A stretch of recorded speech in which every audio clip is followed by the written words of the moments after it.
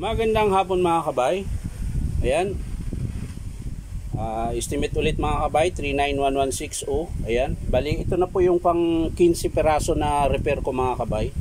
Bali, 17 units po ito. May dalawa pa po. So ayan, di ko na po isasaksak mga kabay dahil nakita ko na rin yung sira. Ayan. Pumutok ulit yung cord. Ayan. So bubuksan na lang natin mga kabay. So tara, samahan nyo ako. So ayan mga kabay, naluwagan ko na po yung screw. So bubuksan na natin mga kabay.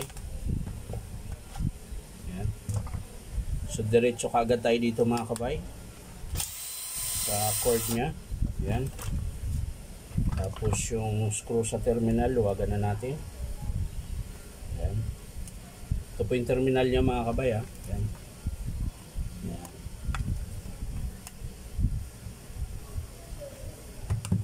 Tapos puputulin na natin dito mga kabay.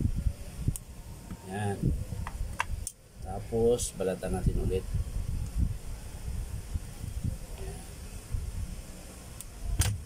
Hilain natin mga kabay, baka may iba pang putol. Yan, wala. Kabila rin. Kabila rin mga kabay. So yan. Babalik natin mga kabay.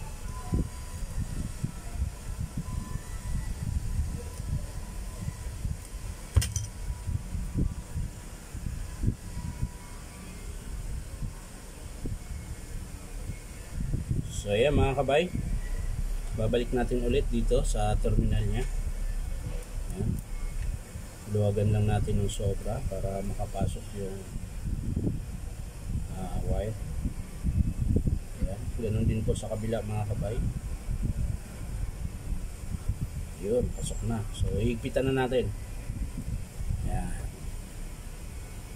So ayan mga kabay, Merry Christmas. Merry Christmas and Happy New Year. Ayan.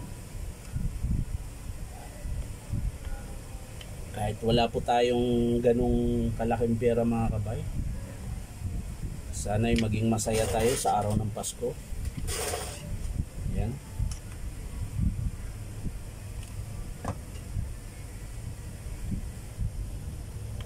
Naway maging okay tayo lahat mga kabay at wala tayong mga sakit. Ayan.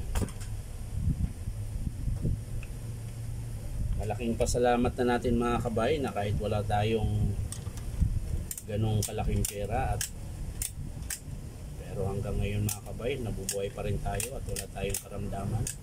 So maraming salamat Lord. Ayan. Bakit mayroong cord dito? Baka tumalsik.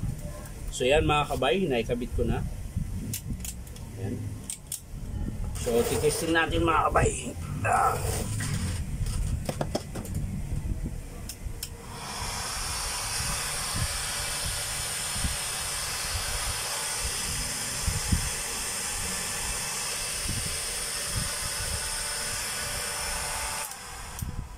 So yan mga kabay, wiring lang din ang sira. So isasara na natin mga kabay para maayos natin ang pagte-testing natin. Ayan. Tsaka matapos na rin tayo at masakit na yung daliri ko mga kabay. Kakaikot dito. Ayan.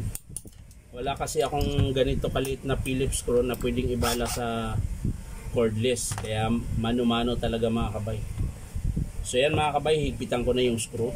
So yan mga kabay, isang screw na lang ang aking hinipitan. Ayan.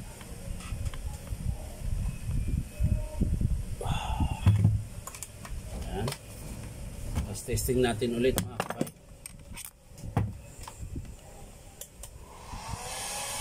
Ayan. Lagyan natin ng init.